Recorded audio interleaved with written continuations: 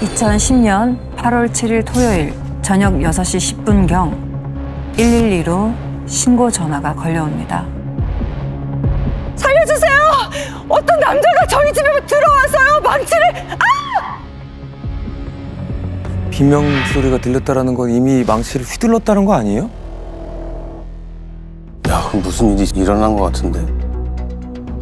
그렇죠. 제가 그때 팀원들과 저녁을 먹으러 나가던 중이었는데요. 무전이 울리더라고요. 망치던 강도가 침입했다는 신고가 접수됐다고 해서 서둘러 차를 타고 신고지로 달려갔죠. 근데 갑자기 무전이 또 울리는 겁니다. 그러면 또 다른 강력 사건이 또 터진 겁니까? 같은 주소지에서 신고가 들어왔는데 이번엔 살인사건이 발생했다는 무전이었습니다. 아까는 강도 사건이라고 그랬던 것 같은데 지금 이제 살인 사건? 그러면 그 망치를 들고 침입한 강도가 살인까지 저질렀다라고 생각한다면 그 신고 전화가 마지막 피해자의 목소리였다라고 생각할 수 있는 거잖아요, 지금. 근데 그 앞에 두 건만 들어온 게 아니라 그 두 건이 더 있었습니다. 세 건은 같은 건물에서 나머지 한 건은 바로 옆 건물에서 신고가 들어왔습니다. 야, 그럼 네 건이 한꺼번에 들어온 거야? 살인이 뭔가 동시에 일어나는 것 같은. 신고자는 누구였나요?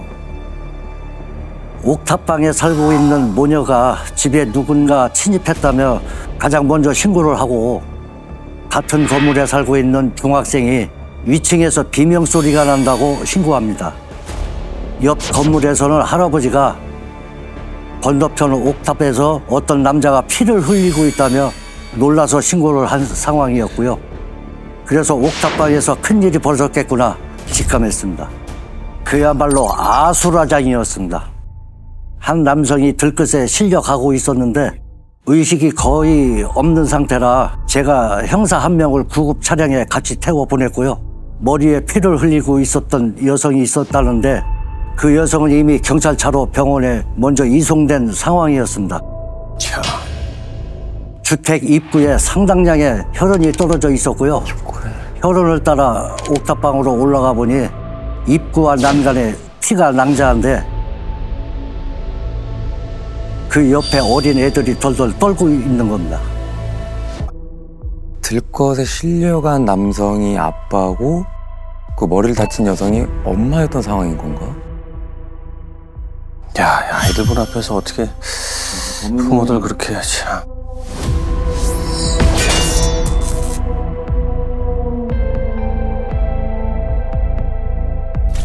애들은요? 다친 데는 없었나요? 다행히 외상은 없었지만 큰 충격을 받은 상태라 일단 안전한 곳으로 대피시키고 현장 보존을 위해 밖에서 내부를 눈으로만 봤죠. 집에서는 도대체 무슨 일이 벌어졌던 겁니까? 집안 거실이 난장판이었습니다. 범인과 몸싸움이 있었는지 물건들이 바닥에 쏟아져 있었고요. 싱크대 위에서 범인이 것으로 추정되는 망치도 보였습니다. 야, 망치. 그 신고 때 남자가 휘두른다는 그 망치. 증거를 인멸을 하는 게 보통 범인들의 행동인데. 그러니까. 망치를 거기서 두고 가나요? 그럴 리가 없는데. 거기서 지문이라도 나오면은 그쵸. 걸리는 상황이잖아. 네, 그렇죠. 그래서 범인에 대한 단서는 좀 나왔나요? 현장 감식 결과 범인의 혈흔과 쫓김은 10점도 발견되었습니다. 현관 입구에 파란색 야구 모자가 하나 떨어져 있었는데 모발 3점을 채취할 수 있었고요. 혈흔과 함께 DNA 의뢰를 해본 결과 한 사람의 것으로 확인되었습니다. 야, 이 망치에 모자까지 두고 갔다고요? 뭔가 유력한 용의자가 또 있어야 대조를 해볼 수 있잖아요. 야, 일단 벌써 쉽지 않은 느낌이 드는데 다친 분들은 어떻게 됐나요? 부부였는데요. 남편은 과다출혈로 안타깝게도 병원 이송 중에 사망했고 아내는 머리를 둔기로 맞아 위급한 상태였지만 다행히 생명에 지장은 없었습니다. 이 가족분들은 충격이 얼마나 크겠습니까?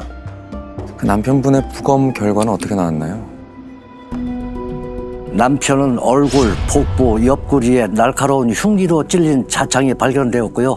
사인은 다발성 자창에 의한 저혈량성 쇼크였습니다.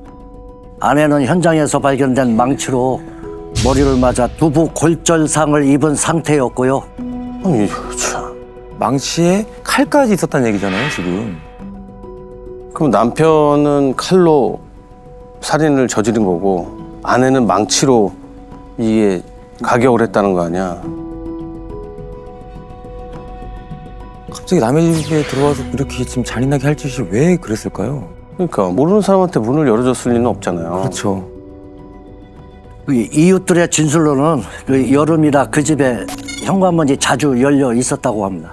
아 근데 이게 열려있다고 아무 집이나 막 들어가진 않았을 것 같거든요. 뭐 모두가 잠든 시간도 아니고 저녁 6시면 이제 막 저녁 식사할 즈음이거든요. 그러니까 참 아까 강도라고 신고가 들어왔잖아요. 뭘 훔치러 들어온 건가? 당시엔 뭐가 사라졌는지 확인할 수 없었지만 물색 흔히 없었습니다. 강도가 옥탑방을 노리진 않았을 걸로 추정했고요. 그러면 집에 들어오자마자 부부를 공격하고 사라졌다? 그러면 뭔가 이 원한, 부부를 노린 이런 앙심이 좀 품은 원한 관계일까요? 혹시 아이가 뭔가를 기억하고 있진 않을까요? 자녀 중 한 명이 다른 건 잘 모르겠지만 범인이 입고 있던 옷이 조금 기억난다고 했습니다. 반팔 티셔츠를 입고 있었는데 주황색의 뭔가가 보였고 칠부 바지에 형광색 운동화를 신고 있었다고 얘기했습니다. 반팔에 주황색 무늬가 있었나 본데? 예, 칠부 바지에 형광색 운동화다라는 거는 좀 튀기도 하고 또 찾을 수도 있을 것 같은 인상착이긴 합니다. 지금까지는 결정적인 그 범인을 특정할 수 있는 증언이네, 이게.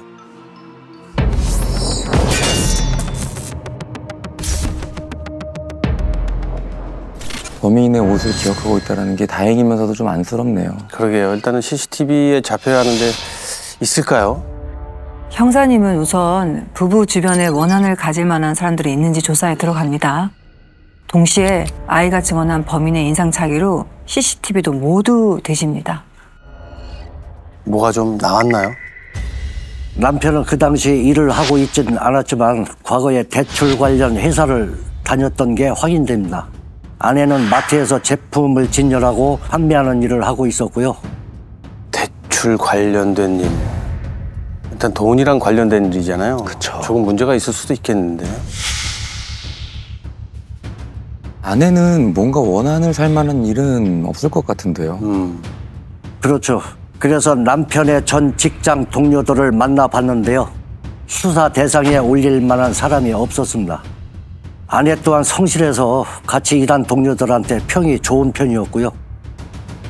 그러면 뭐 두 분 다 원한을 살 만한 분들은 아니었네요. 네, 지인들 말에 의하면 부부 사이도 좋고 열심히 살아가는 화목한 가정이었다고 했고요. 남편분이 아무래도 일을 쉬고 있다 보니 경제적으로 힘들어서 보험료나 월세가 좀 밀려 있긴 했지만 큰 빚도 없었습니다. 그래, 참 힘든 상황 속에서도 화목한 가정이었는데 이건 너무 안타깝다. 화목한 가정을 부천이 그냥 다 박살내버리는 거잖아요, 지금. CCTV에는 뭐가 잡혔나요? 그게 좀 이상했습니다. 집 주변 CCTV를 모조리 돌려봤는데 아이가 말한 인상착의로는 잡히는 게 없었습니다. 이게 사실 인상착의가 되게 특이해서 뭐가 나올 줄 알았는데 어떻게 CCTV에 아무것도 안 나올 수가 있는 거죠? 그렇지. 아니면 혹시 같은 건물에 범인이 있는 건 아닌가? 아, 그런 사건이 저희 용명하면서 꽤 있었죠. 네. 그때 정말 천만다행인 소식이 들려옵니다. 병원에서 치료를 받고 있던 아내분이 깨어난 건데요. 그날의 이야기를 힘겹게 꺼내놓습니다. 그날 애들이랑 거실에서 TV를 보고 있었어요. 그런데 갑자기 현관문으로 시커먼 남자가 쑥 들어오는 거예요. 누구냐고 했더니 뭐라고 중얼거리면서 가방에서 뭘 꺼냈는데 방치더라고요.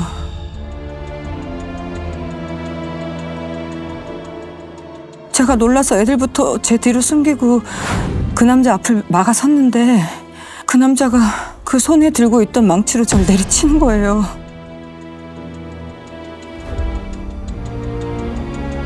그때 남편이 방에서 뛰쳐나왔는데 그 남자가 가방에서 칼을 또 꺼냈어요. 제가 그래서 112인지 119인지 신고를 했던 것 같아요. 근데 저희 남편은요? 저희 남편은 괜찮은 거죠, 형사님? 아내분은 남편의 사망 소식을 모르고 계셨나 보네요. 지금 얘기로는 아이 엄마는 이 범인을 모르는 사람처럼 얘기를 하는 것 같은데. 그러네요. 예. 혹시 아내가 범인의 얼굴을 봤을까요? 모자를 푹 눌러 쓰고 있어서 잘 보이지는 않았지만 처음 보는 사람인 것 같다고 했습니다. 남편이 아는 사람도 아닌 것 같다고 했고요. 나는 같은 건물에 범인이 있어서 CCTV에 안 잡힌 줄 알았더니 그게 아니었네. 한 건물에 살았으면 얼굴을 모를 리가 없잖아요. 그렇죠. 모자를 좀 눌러뒀다 하더라도. 모자를 써도 안단 말이야. 그럼 도대체 누구란 말이죠? 그러니까 이 CCTV 어디에도 범인의 그림자조차 걸리지 않았던 이유가 있었습니다.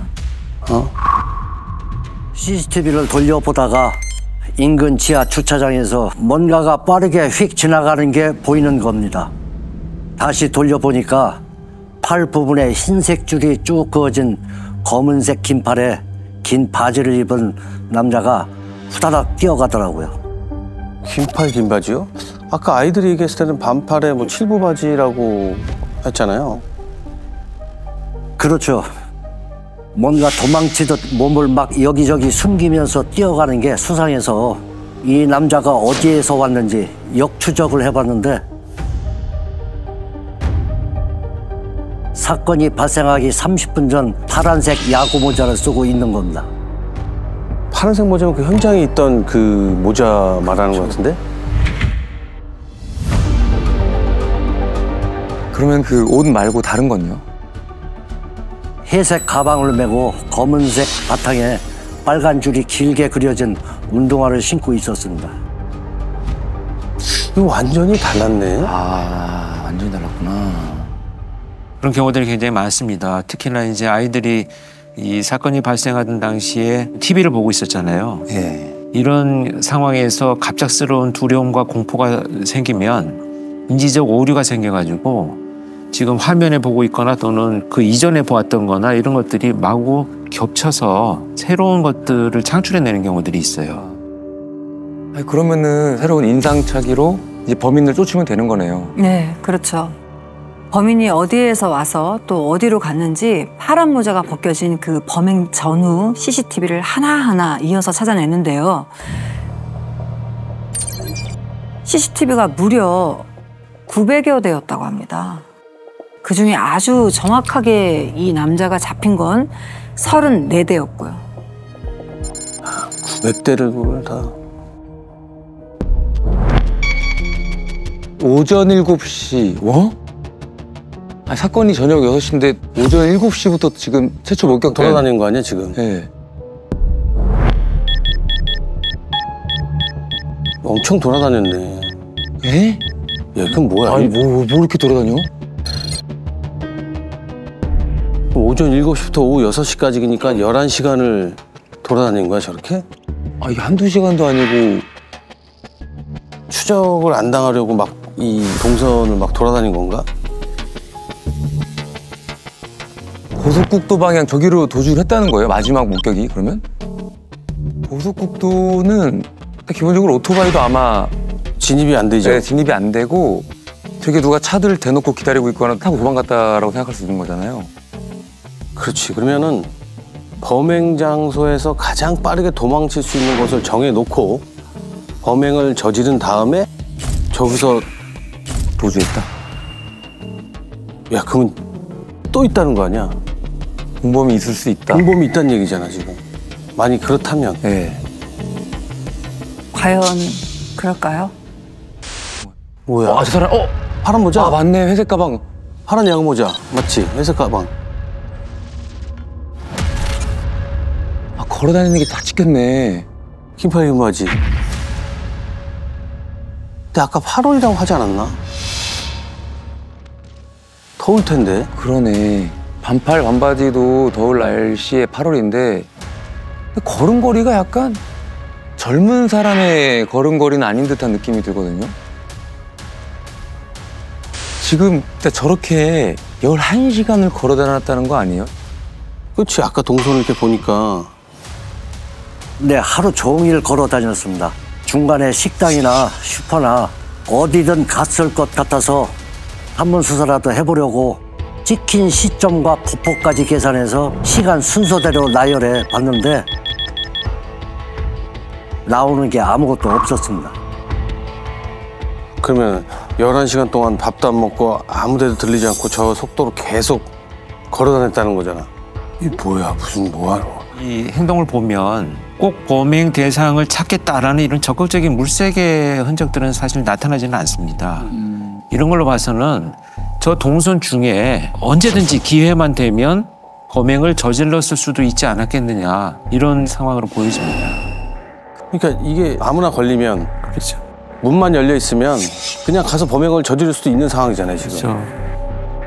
아, 근데 진짜 저 범인은 11시간 내내 아무것도 안 하고 안 먹고 그냥 진짜 걷기만 한 겁니까? 뭔가를 하긴 했습니다. 4개의 CCTV에 휴대전화를 들고 누군가와 통화하는 장면이 찍혀 있었습니다. 아, 이렇게 되면은 기지국 수사로 뭔가 나올 수도 있는 상황이다라는 거 아닙니까? 그래서 4개의 CCTV에 찍힌 시간대에 기지국을 확인해서 통화한 번호를 모두 받아봤는데 그게 총 120만 개나 되더라고요. 아니요. 이걸 어떻게 찾습니까, 선생님? 기지국마다 같은 번호가 나오는지 확인해봤죠. 근데 동일 번호가 하나도 걸리질 않았습니다. 뭔가 전화기를 그러면 한 대가 아닌 10대를 갖고 다녀서 그럴 수도 있지 않을까요? 그럴 가능성도 있었죠. 그래서 일일이 확인할 수밖에 없었습니다. 전과가 있거나 조금이라도 수상한 점이 있으면 모두 수사 대상에 올렸습니다. 120만 건이면 수사팀도 너무 답답했을 것 같아요. 정말 그 범인 잡겠다고 안 해본 게 없었습니다. 사건이 발생한 동네 주민 300여 명의 DNA도 채취하고 경찰견도 풀어서 추적해봤는데 소득이 없었고요. 사건 발생한 지 6일 만에 공개 수배 전단지도 만들어서 제보도 많이 받았는데 조사해보면 범인이 아니었습니다. 야, 이렇게까지 하셨는데 진짜 아무것도 안 나오네. 근데 어떻게 이럴 수가 있지, 이게 지금? 그렇게 이 사건 발생 36일이 지납니다. 형사님이 이끄는 강력 4팀은 이날 수사 과정 중에 가장 의문스러웠던 부분을 다시 한번 파헤쳐보기로 합니다. 야, 뭘 더 해보기로 한 거예요? 그 전화하던 게 잡혔던 CCTV 위치로 다시 가보기로 했습니다. 통신사별로 다른 기지국이 잡힐 수도 있을 것 같아서 저희들끼리 싹 다 그 지역에 가서 동시에 전화를 해보기로 한 건데요. 첫 번째 잡혔던 CCTV 앞에 차를 세우고 이제 막 내리려고 하는데 그때 갑자기 CCTV를 너무 많이 봤나? 순간 이상한 게 눈이 들어오는 겁니다. 누가 저희 차 옆을 쓱 지나가는데 팔에 흰색 줄이 쭉 그어진 검은색 긴팔을 입은 남자더라고요. 뒤에 회색 가방을 메고 있고요. 바지도 까만색 긴 바지에 그래서 운동화를 내려다 보니까 빨간 줄이 쭉 그어져 있는 겁니다. 아, 그럼 그때 그 범행을 저지를 때 그 의상 그리고 가방 신발까지도 그대로 입고 또 돌아다니고 있던 거예요, 지금? 에이, 설마. 망치로 내려치고 했는데 분명히 혈흔도 튀었을 텐데 바보가 아닌 이상 그랬을까? 근데 말이죠. 그 찰나 강력 4팀 형사님들 모두가 지금 안 잡으면 평생 못 잡는다는 생각이 들었다고 합니다. 그래서 차에서 뛰어내려 한 형사님이 남자의 어깨를 탁 잡아채고 다짜고짜 묻습니다. 왜 죽였어? 진짜 심장이 콩 하고 내려앉는 기분이 들 것 같아요. 야, 그 남자가 뭐라던가요? 무슨 말인지 전혀 모르겠다는 사람처럼 뭐가요? 하더라고요. 그래서 바로 또 물었죠. 망치로 사람을 왜 때려 죽였어? 그랬더니 그 자리에서 털썩 주저앉으면서 이런 말을 합니다. 그 사람 죽었어요? 야, 맞네. 야, 이렇게 된다고? 야, 이게 무슨 일이야? 형사님 눈에 범인의 복장 그대로 그 사람이 지나가고 있었다는 지나간 거야. 거잖아요, 지금. 야, 이게 무슨... 그리고 또 그 사람이 죽었냐는 말은 또 뭐야?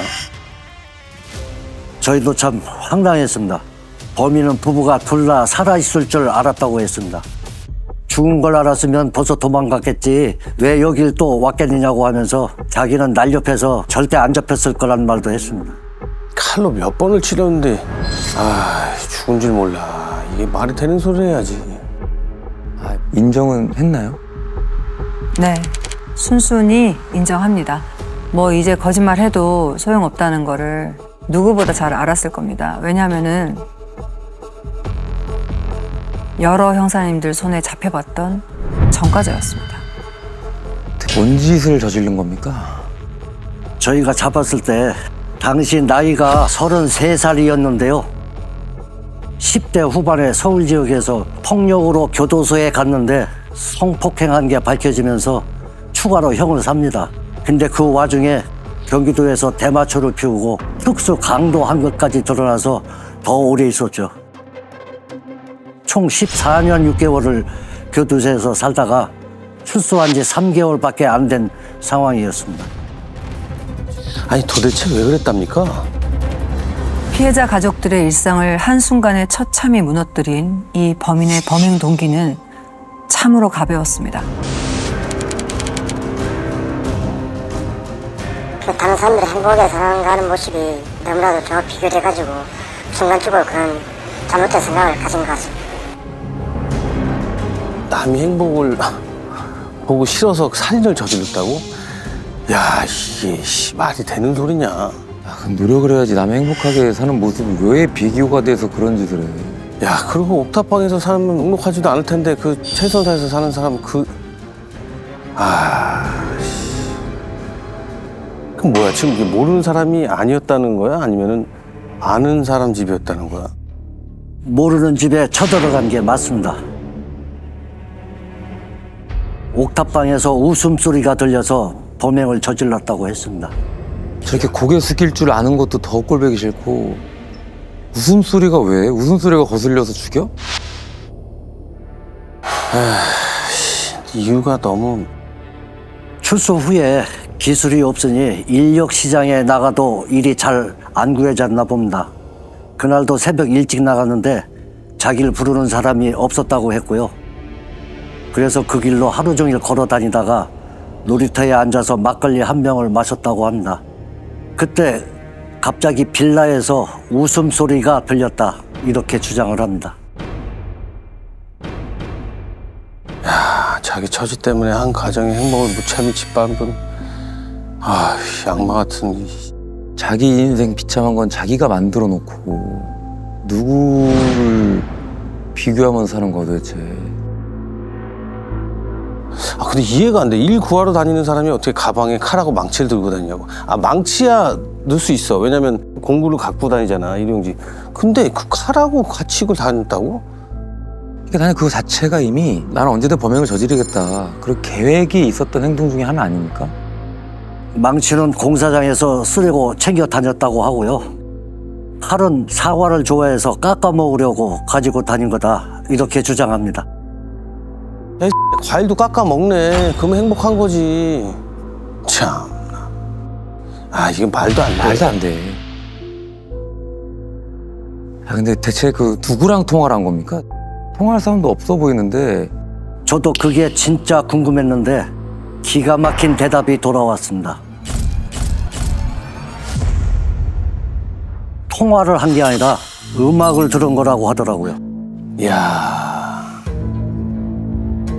그 얘기를 듣고 저희 팀원들이 너무 황당해서 CCTV를 다시 돌려봤는데 이 어깨가 움직이는데요 했던 게 지금도 기억이 납니다. 아유. 어깨까지 들썩였다는 거는 리듬을 타고 있었다는 거 아니야? 신났다는 거고. 아씨. 14년을 넘게 교도소에 있었으니까 이어폰을 써야겠다는 생각도 못했다고 합니다. 출소 후에 전화기를 개통하니까 대리점 직원이 음악 몇 개를 서비스로 넣어줬는데 그걸 들었다고 했고요. TV도 없고 컴퓨터도 할 줄 몰라서 피해자가 사망한 것도 자기가 수배에 오른 것도 몰랐다고 했습니다. 범행 때 옷은 왜 입고 다닌 거냐고 물어봤더니 새 옷을 살 돈도 없었고 빨아서 입고 다녔다고 했고요. 야, 내 대답이 이렇게 어처구니가 없을 수가 있나?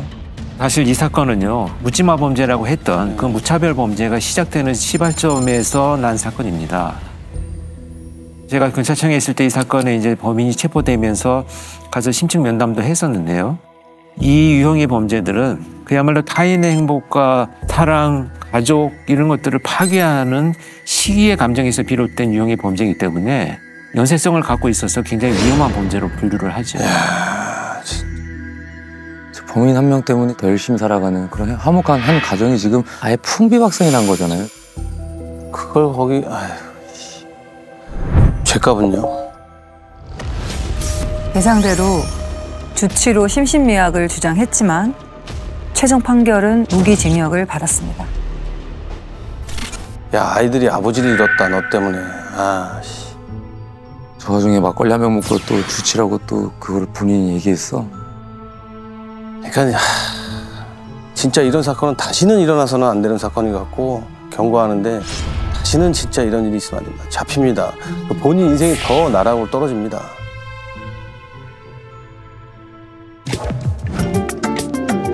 즐겨봐 이 채널.